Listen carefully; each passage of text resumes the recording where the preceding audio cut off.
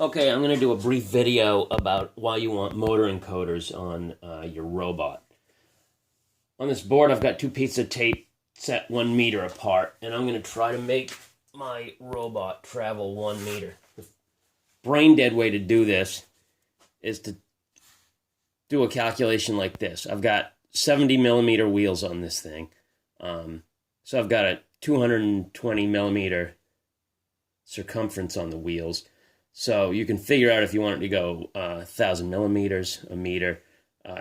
You're going to go for 4.54 revolutions of the wheel. These are all approximate.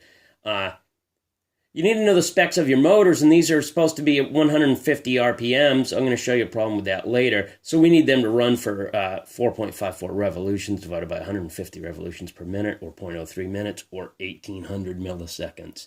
So let's go ahead and let it do that and see what happens.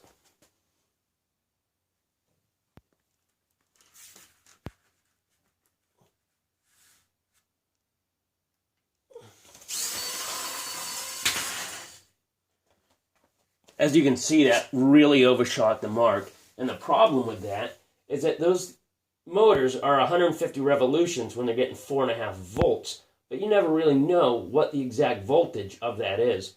Furthermore, if they're under load, you're not going to get the speed out of them, or if this thing's, if your robot's heavier, or if your surface is at an incline or decline.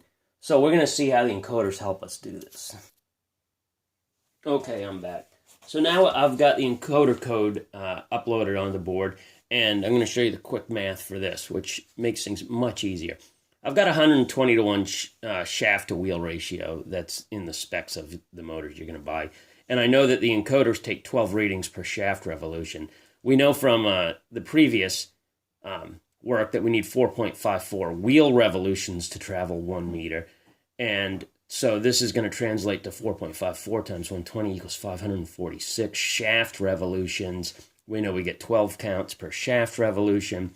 So we need to do 12 times 546 equals 6,552 encoder counts, and then we're going to stop. This doesn't matter if we're going uphill, downhill, under load, at different speeds.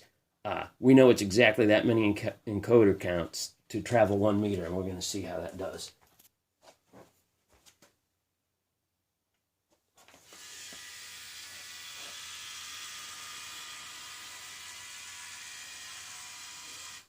There you go.